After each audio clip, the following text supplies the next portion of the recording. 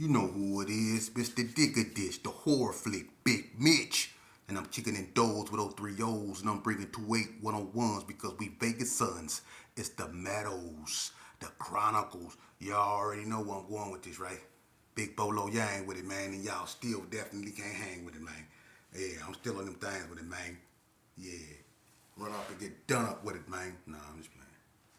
Welcome to Vegas Chronicles, man, with your man, the horror flick, Digger Dish, Super Six, Big Mitch. Today, just like every other day, you know, today, I'm gonna discuss something, look, when people come into my comments, I answer questions, right? And I try to be as knowledgeable as I can. What I speak, I already told I speak history.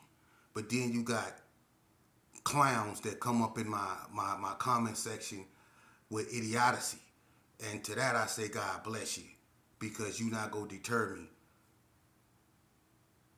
What I speak on is the same thing, but I talk about the consequences though. But it's the same thing that these other platforms be talking about when they, I guess you could say, chronicalizing their history on how this started and how this went this way and how this went that way. You know, when Kev Mack in California do his thing and he interview AC Bobby Louie, and Bobby Louie tell you how blood was started, how the concept was derived, where it come from. AC Bobby Louie from Westside Paru in Compton. When he broke down how blood came into play, you know, or when Kev Mack interviewed Head Honcho, or when Melly Mel interviewed whoever he interviewed, you know, whether it be Big Devil or whoever, you know, people talking about their history. But when I get on here and I speak Vegas history, because Vegas ain't, they don't listen. They think Vegas is about strip clubs and casinos. It's a lot of young black boys and girls that done died up over here due to gang violence. What I do is get clarity, because a lot of people that tried to chronicleize Vegas history lied. And if you haven't participated in these streets, meaning if you ain't suffered the consequences to living this destructive way of living, why you speaking on it? If you ain't never been locked behind bars, shot at, been put in that situation, man, why you speaking on it? That's my thing. I speak on it because I actually participated in it. You know, I'm etched in this from the start. My daddy founded this. So what I'm doing is I'm giving accurate Vegas history, as accurate as I can. I get input from other OGs and shout out to them. But my mission is to explain to the youth that's willing to listen, that want another way out, that don't want to take the same old route that they see everybody taking, which is going to the penitentiary to become a man or a female, you know, or becoming what you call a snitch or whatever in these streets, or being tough and hard, being a knockout artist or being a gunner. Y'all growing up to believing that's all there is for you, trying to have a rap career or something like that. You got to understand, man, listen, there's a reason why they say if you want to hide something from a black man, you put it in a book. There's a reason for that concept, man. Because that's the only thing you should be focused on is them books, man. That's gangster. A lot of y'all youngsters up out here, man, this hybridism, I don't even know what that is, hybrid. What's a hybrid? I know about hybrid marijuana. I don't know about no hybrid gangs. And I know that's clickbanging. But see, that's where that goes to show you where people of our era fell off. We either died off or locked in the penitentiary forever. Because a lot of our sons and grandsons are a part of that hybridism. That at this point probably it can't be stopped. They're gonna be what they're gonna be. You know, my thing is to get them to focus on where they headed at. If I talk about Vegas Chronicles and putting in work from things in the past, trust and believe, it's stuff that I done. I talk about me mostly. If I put in work on somebody, I talk about what I done. You know, when I talk about other people, it's not about stuff that's gonna get nobody locked up. You know what I'm saying? Nobody ever got locked up for nothing that I said. You know, that's not what this about. This is to educate. What went on in the streets went on in the streets. Is people that's not here. What they go dig them up and lock them up is people dead and gone, man. What happened, everybody already know about it. It didn't happen. It's over with. The purity of banging and all its ignorance in Las Vegas is over with. What you have right now is I don't know what. You can't describe it. I don't know what it is. But the banging that we accustomed to, us Elko babies. I don't know nothing about no Spring Mountain. I ain't never been there. But the Elko babies, the Tennessee babies, our era is gone and over with. We done passed on. And it's generations that then came after us, 2 or 3 of them, that's totally disconnected from what we was. Because even though we was out there messing up, doing bad, we still had respect for our OGs. We didn't disrespect them. We still had respect for even our enemies. If they was with their mamas, they get a pass. If they with their kids, they get a pass. Today, they don't get none of that. And these youngsters think that make them harder than we was. No, it don't. It make you more niggered than we were, which means ignorant. It makes you more ignorant. And we to blame because we shouldn't have been out there doing what we was doing in the first place.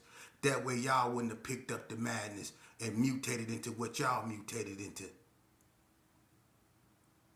But the problem is, everybody think they can jibby jab and do this here and manipulate a woman's mind and get up in her head and do this and do that.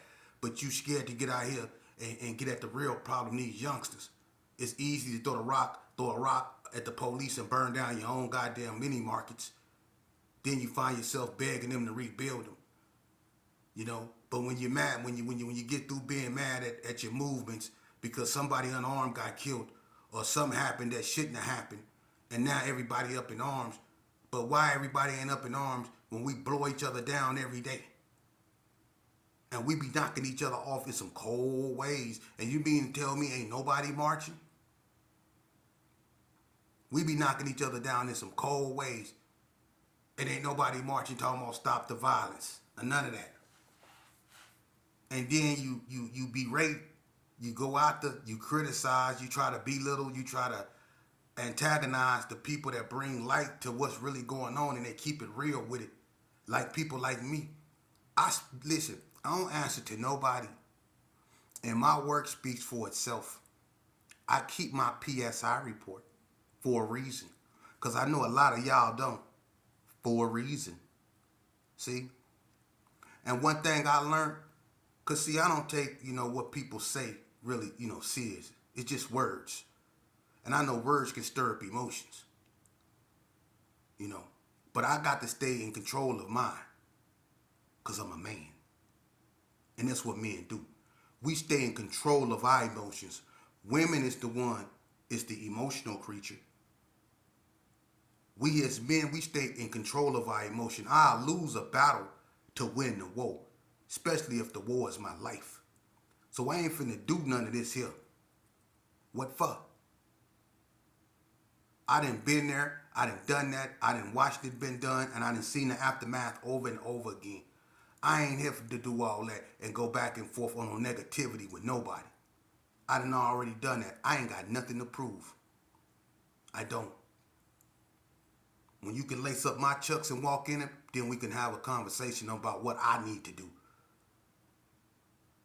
When you did them 5 years in the hole that I did, when you ate them pimento loaf sandwiches that I ate, when you've been stabbed up like I've been stabbed up in the penitentiary, when you've been betrayed by your own like I've been betrayed like by my own, when you have to find out things the hard way like I had to find out things the hard way, then you can come and talk to me. But until then, do you. If I'm saying, what I'm saying, if what I'm saying offending you, then maybe you should go listen to somebody else. Because whether you listen to me or not, whether you go, I done heard that all before. I didn't even did it. To pastors, to preachers, to dudes that was trying to speak, positivity to me. I don't want to hear that. I done did all that. I done did all that. Yeah. I done rolled weed up with Bible paper. I didn't worship the devil. I didn't did all the stuff to draw unwarranted, the unnecessary attention that a person can draw to themselves. I done did all that, man. I done been on every news channel. I done been on a run. I done been in war with the goon squad. I done fought every goon squad in the state of Nevada. Lost every time, but I ain't no punk.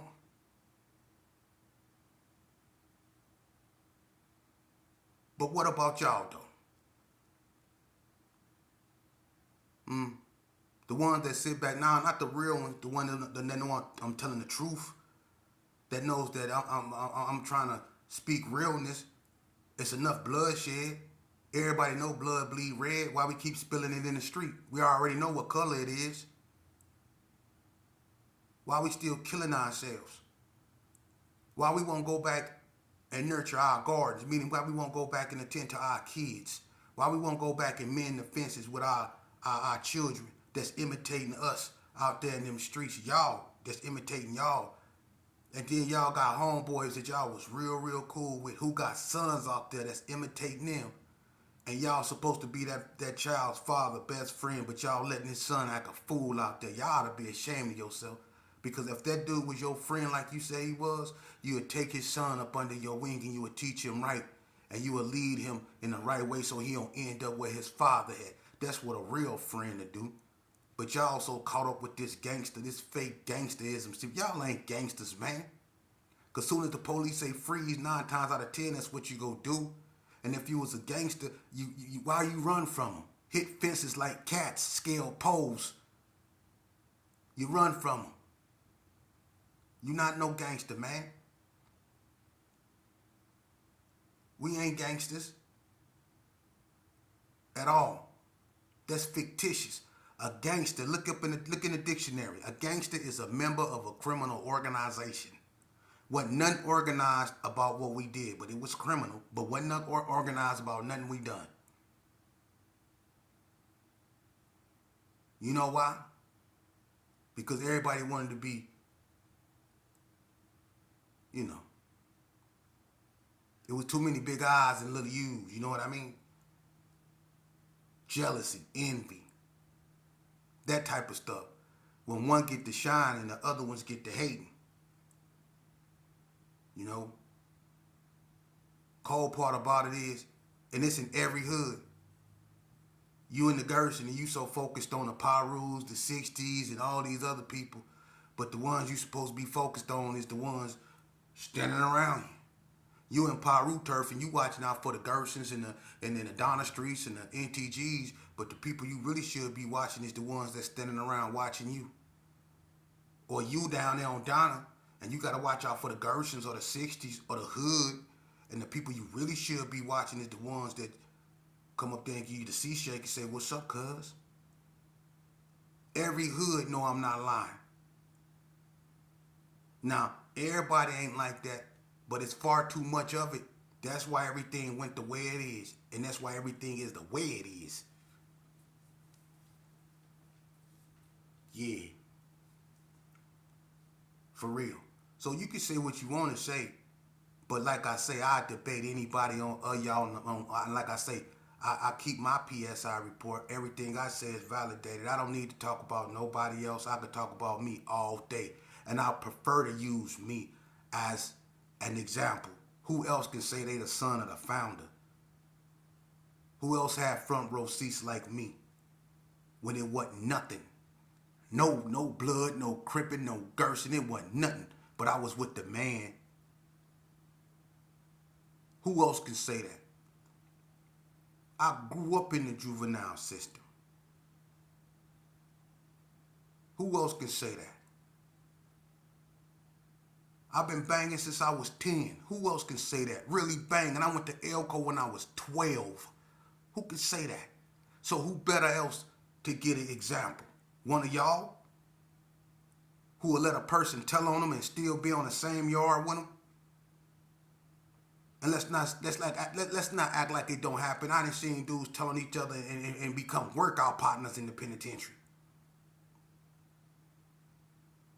They became workout partners. Went in there and caught a fake fade and became workout partners. But got a 10 to 25. It's fictitious. You can take my listen, youngsters. I'm talking about the ones that's, caught in between. The ones that's not listening to their mamas, the ones that's acting like they tough, that's claiming something they really not.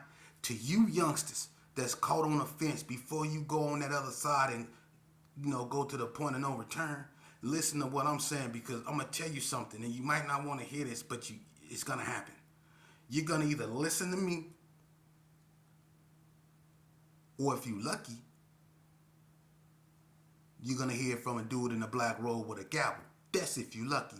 Because if you're not lucky, you ain't going to hear nothing at all. So don't play this game. Go to school. Listen to your moms, man. You only get one of them. Cherish it. To hell what happened about tomorrow, yesterday. Yesterday gone. You can't get that back.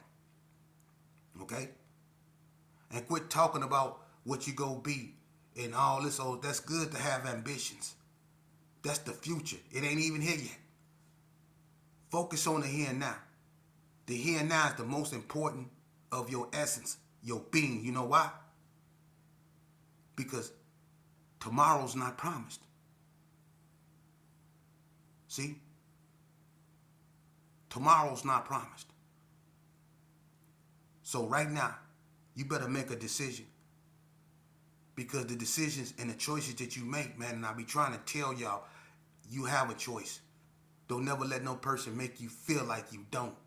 Can't nobody call you no buster and that define you. The only thing that can define you, youngster, is what you do, your actions. Going to school don't make you no buster. Taking a shower don't make you no buster. Not want to hang around other dudes and co-sign lies don't make you no buster. Happen to have a toolie to be tough don't make, listen, that don't make you no gangster. And not wanting to have a toolie and just wanting to be, wanting to have, that don't make you no buster.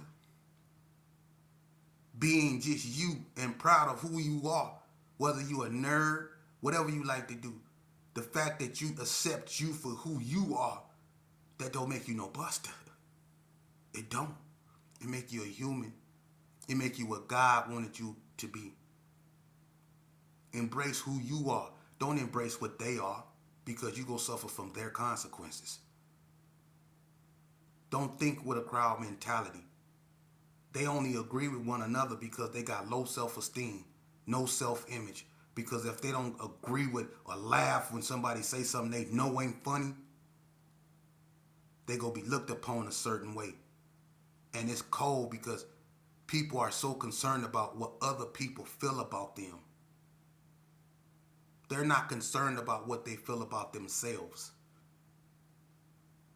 See? When I was out there shooting up everything, gang banging, these cats, listen, and you can ask them, they do this here now. But when I was out there gang banging, when I was 12, when I was 13, 14, 15 years old out there and I was doing my thing, they was asking me, don't I get tired of gang banging? Don't I get tired of wearing green? Don't I get tired of guns? Don't I get tired of shooting? They was asking me that, and they supposed to be GPKs. But this was I was being asked by some of them. But I'm doing what I signed up to. They complained about that. I'm putting in too much work. And then when I mentally grow, and now I'm for the solution and not the problem, and I want to give my experience to help, they got something to say about that. Oh, this dude talking about this dude talking about that, and it be your own. They go hate on you. Just like they did your forefathers. They go hate on you just like they hated on them. It was their own that hated on Martin Luther King own. When you dig into it, it was his own. Malcolm X, it was his own.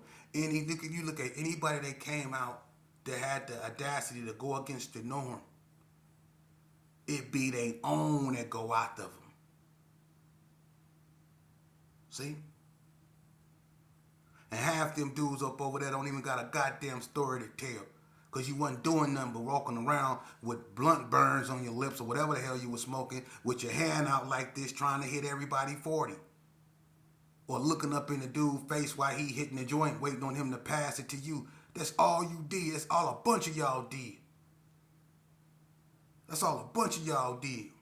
I done been in shootouts with Calvin Murray, them, the security guard. I done got in all kind of stuff. Y'all wasn't, what y'all was over there doing? Huh?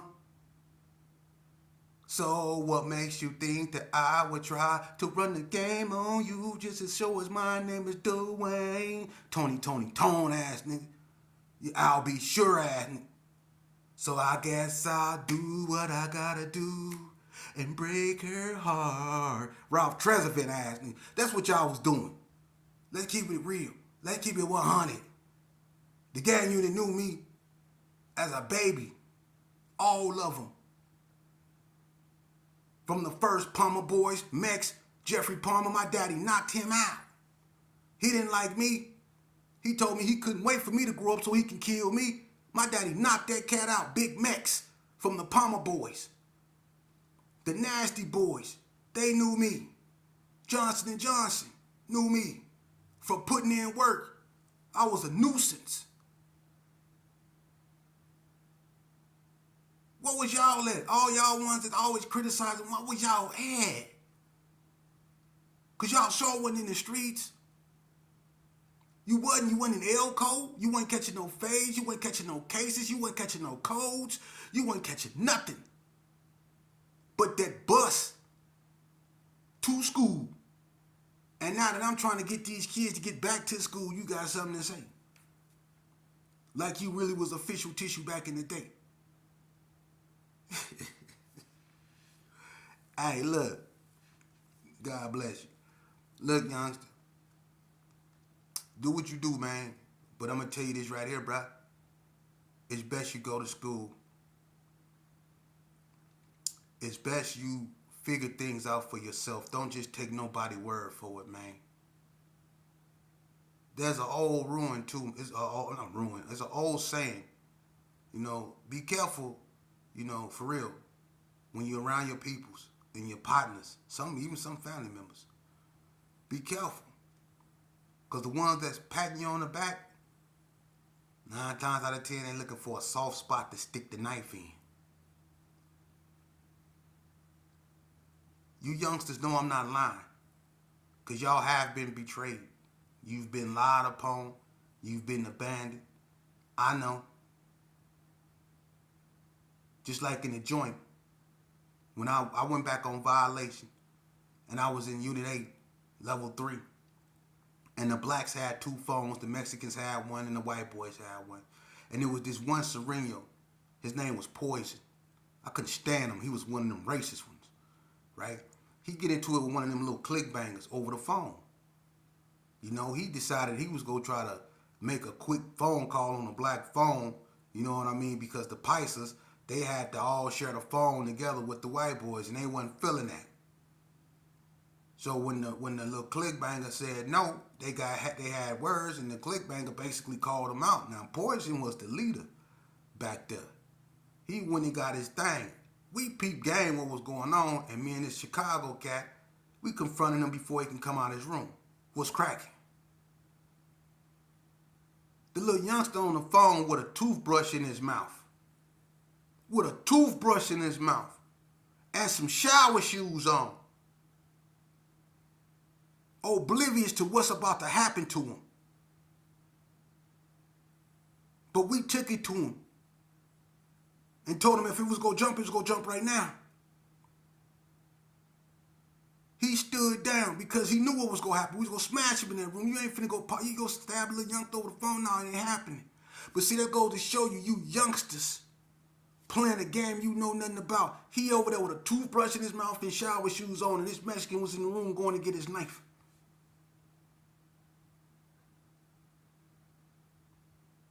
So listen to somebody that with experience, man, and quit listening to these dudes out here in these streets, these old mop heads that be walking around with halter tops on. And if they can see your rib cage through your tank top, boy, you're not on swole. You're anorexic. For real. Drink some water.